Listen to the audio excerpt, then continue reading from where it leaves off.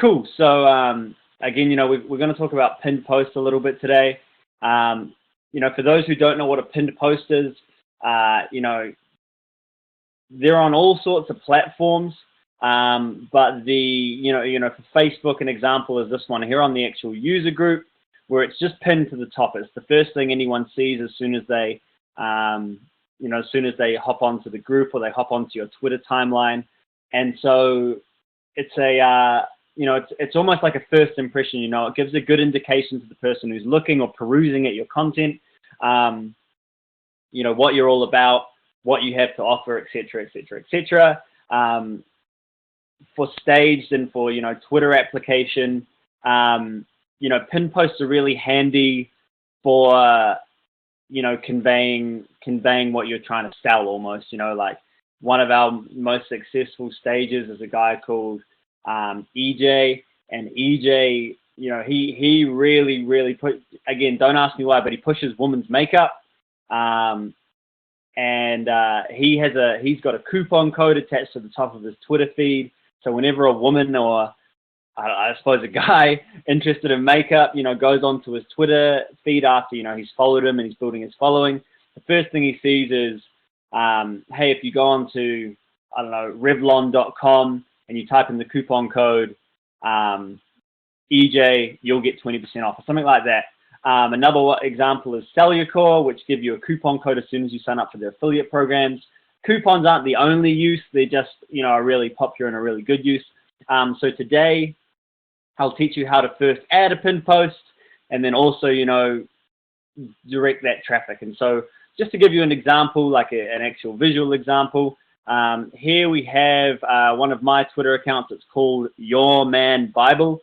It is effectively like GQ magazine, but online is what I'm pitching it as. So I've got it all stylish, and that's actually James Bond there, who I'm trying to model myself afterwards. I'm not sure how well I'm doing, but James Bond is the goal, guys. Just so we know. I've got a bio. I've got a good banner, and at the top, I actually just changed this before we started today. But I've got a coupon code here. For a website that I'm an affiliate of, which is Hypebeast. So when I click on this link, they get taken through to the Hypebeast store where you can buy all sorts of cool clothes and whatnot. And when they use that coupon code, I stand to get a little bit of the credit for it. And so that's just an example. And so if I'm building a following that's primarily stylish men or guys who are into fashion or fitness or anything like that, the first thing they're going to see exclusive of, my campaign, or whatever, stages I'm putting out is this coupon. And so that's just a really good way to break the ice, to present a lot of value from the off. Another example is, here. Oh, Avery, good, you've joined. We're talking about pinned posts. So, it's good you're on. And so, here's another example. This one actually just is a staged advertisement that I made up. And again, it's just pinned to the top. And you try and make it as relevant and engaging to the audience as possible. And so that's what I've done with these. The way that you create a pinned post is really straightforward. So I'm going to head back over to the Man Bible, which all of you, by the way, can feel free to follow. I know Dan, who's listening in, is a style guru. So I'll be expecting you to follow me in the coming minutes after this training. So all I'm going to do is I'm going to delete my pinned post. And again, so you're going to want to log into any account.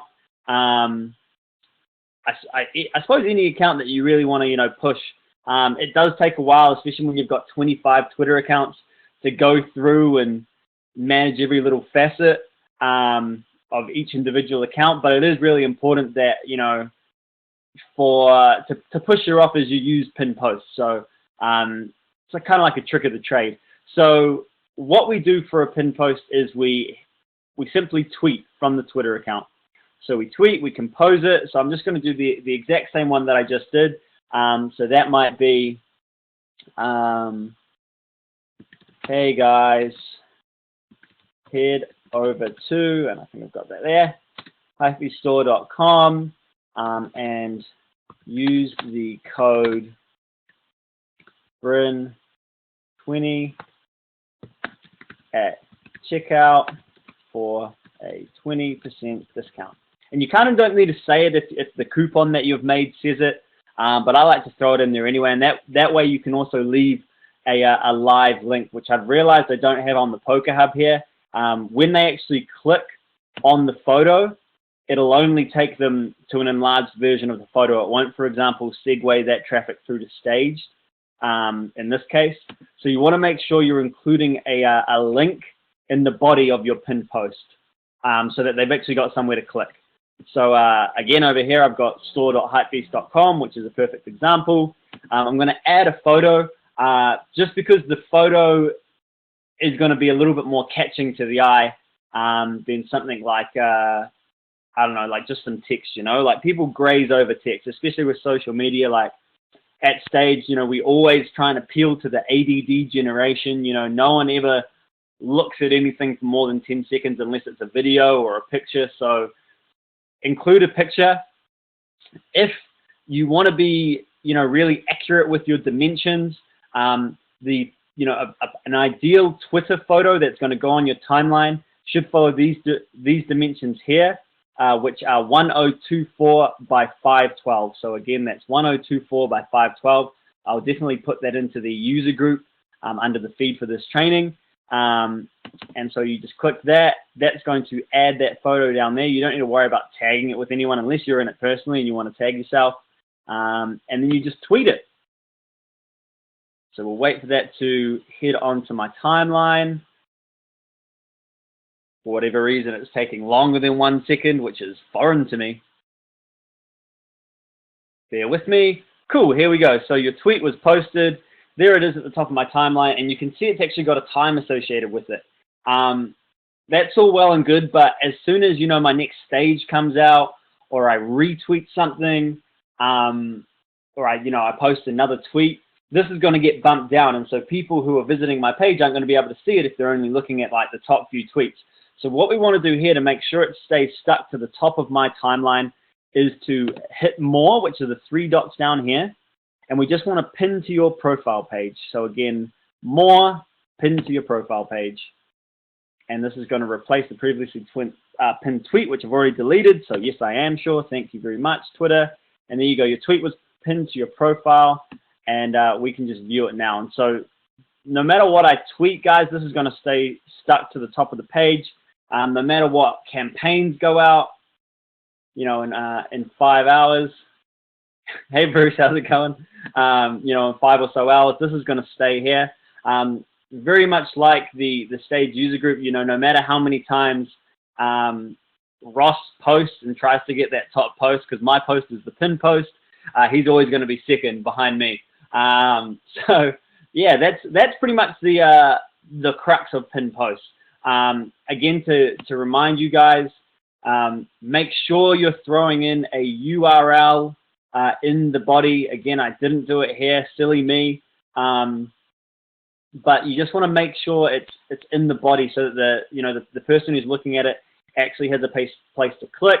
I've probably lost a few prospects by not having a place for the person to actually click here, because nowhere on my post is there anything about a link to Staged. And if someone retweeted one of my things, that's awesome. Oh, someone retweeted my coupon code, which is even better. Oh my gosh, that's really good news.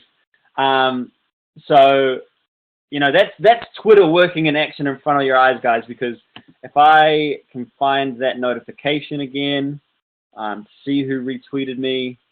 Let's hope these guys have got lots of followers. I mean, they've got 600 followers who could all be interested in fashion, so I might stand to make a pretty penny from this training today. So that's really good news.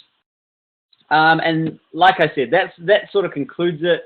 Pinned posts are important if you're looking to drive traffic to a specific offer, website, anything. We encourage you guys to use the sales funnels, use the sales materials. If you're wondering how I created these lovely looking, pinned post banners and things like that, I use a website called Canva, which I trained on last week. I'll close this one down. Let me just quickly get out of the Join Me bar. So Canva is really, really good for creating, like cool little social media type of vibe things. You've got a host of social media options here. You can click more, and if I click on more, I've got a Twitter post one just here. So that's easy. That's so simple to use. Yeah, like I said, guys, pinned posts, tweet, add a photo, hit the 3 buttons, pin it to the profile page, and try and get that done for all of your, Twitter profiles, because you're missing out on traffic if we're, relying on people, absorbing all of the content you're giving to them. So that's pretty much it for today. We'll have an open Q&A. It's Sunday afternoon or Sunday night if you're on the East Coast. So feel free to ask any questions in the chat box. Like I said, on Sundays we go over the more advanced content, and we try and cram a lot more in. Today I just went over it because went over pin post because I had a few people asking about it through the week. Do you have a minute to go over the plus thing?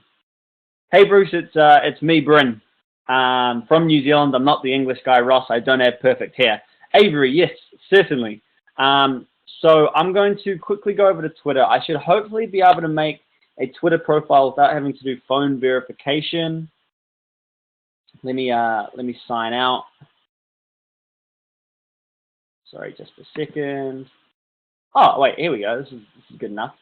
Cool. So, Avery, when you go to create a new Twitter profile, and you're entering that information, it'll pretty much appear like this. You have your username, you have your email, you have your Twitter handle, and then you have a password. So for the plus thing, all you're doing, so my regular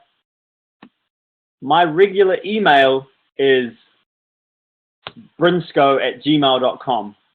But obviously that's already associated with the Twitter account. So if I just do plus popular, which is what this one was originally, that's how it's going to work. You just do plus and then a keyword. So if it's avery@gmail.com, it would be Avery plus popular@gmail.com. And then for your next account, which might be based around basketball, it would be Avery plus basketball@gmail.com. For the next one that's based around, I don't know, scuba diving, it would be Avery plus scuba@gmail.com. And, every piece of correspondence that you get from Twitter is going to head over to just Avery@gmail.com. You can see I'm loading brinsco@gmail.com. Don't judge me based on what's in my inbox, guys. Block your eyes and ears, Bruce. I don't want you to be tainted by it. And if I head over to my social tab, you'll see I have literally everything. I've got stuff from Your Man Bible. I've got stuff from Gaming Fiend. It's all here. So that's the cool thing about that trick, is that no matter how many Twitter accounts you have, it can all go towards one email address. And, you can use that trick for anything, by the way, guys. You can use it when you're applying for affiliate programs. Yeah. And, you can pretty much do anything with that trick. But just remember, it's your actual email plus keyword @gmail.com. And I hope that sort of makes it easier for you, Avery. No problems at all. It is like, I was on stage before we knew about that trick, and it was actually a friend of mine in Australia who's with Stage, who's using Stage at the moment. He actually found that out and told me and Ross about it, and since then we've kind of like incorporated it into our our training curriculum, just because it's so handy. But Gmail doesn't advertise it, so thank you to James in Australia, you kangaroo loving man, because you've made my life a lot easier. Before him, I had actually made 25 different emails, so thank the heavens. If you have a Twitter and you forgot to add the plus, can you add it? And you forgot the plus, can you add it? Well, you can change the email that the Twitter account is associated with just by going through settings, and then you would just, you know, if I wanted to change this to Brinscope plus Man Bible, which is probably more appropriate. It's available, obviously, because it's just one that I've made up that's associated with my actual Gmail address, and then you can just go save changes, and I just have to enter my password, which I hope I remember. And then it's just going to send that confirmation email. All I'm going to do is I'm going to head across to my social tab, and here you go, confirm your Twitter account. So again, I just made Brinscope plus manbible@gmail.com, and that correspondence has gone straight to that email, brinsco@gmail.com. So I hope that answers your question, Bure. Sorry, I was just reading Bruce's, so I don't mean to go silent on you. Yeah, so you definitely can add the plus afterwards. I would encourage you to do it, just because the easier you sort out your Twitter accounts and your email addresses, the easier it is going to be in the long run for you to manage them. Yes, Bruce, the Hypebeast store is an affiliate program. They only pay out, I think it's 5%, but it's something that I'm personally invested in. Like, I really like the clothing in that store. So, you know, we always say the more interested you are in your own content, the more likely you are to be good at publishing it. So I suppose if you really like that sort of clothing, Bruce, I would encourage you to investigate it.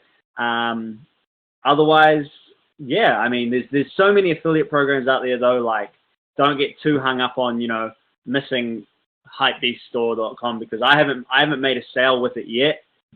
Still waiting on it, but I'm sure it'll come at some point. If anyone has any questions, I'm more than happy to answer them. Alternatively, if you want to wrap it up for today, that's fine with me.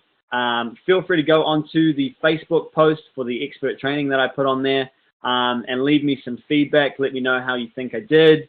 If you've got any topics that you want. Oh, okay, so Bruce, to pin the post, which we went over at the start, let me go on to the thing. Let me go on to the actual timeline. So all you do, Bruce, is you tweet, you add a photo of whatever it is you're wanting to pin, and then once that's posted as a tweet, it's been retweeted twice, by the way, guys, which is great news. All you do is let me just unpin it so I can repin it again for you, Bruce. So I've just tweeted this tweet 10 minutes ago. I decided I wanted to pin it. I'm going to pin to your profile page. I'm going to pin it again, and now it's stuck to the very top of my profile page, if that makes sense. If that doesn't cover it, Bruce, I won't go back through everything again, but this training will be up on the training YouTube channel, which is youtube.com/stagetraining. And there is also another video of it floating around from when I did the training last time. So I hope that covers everything for today. No worries, bro.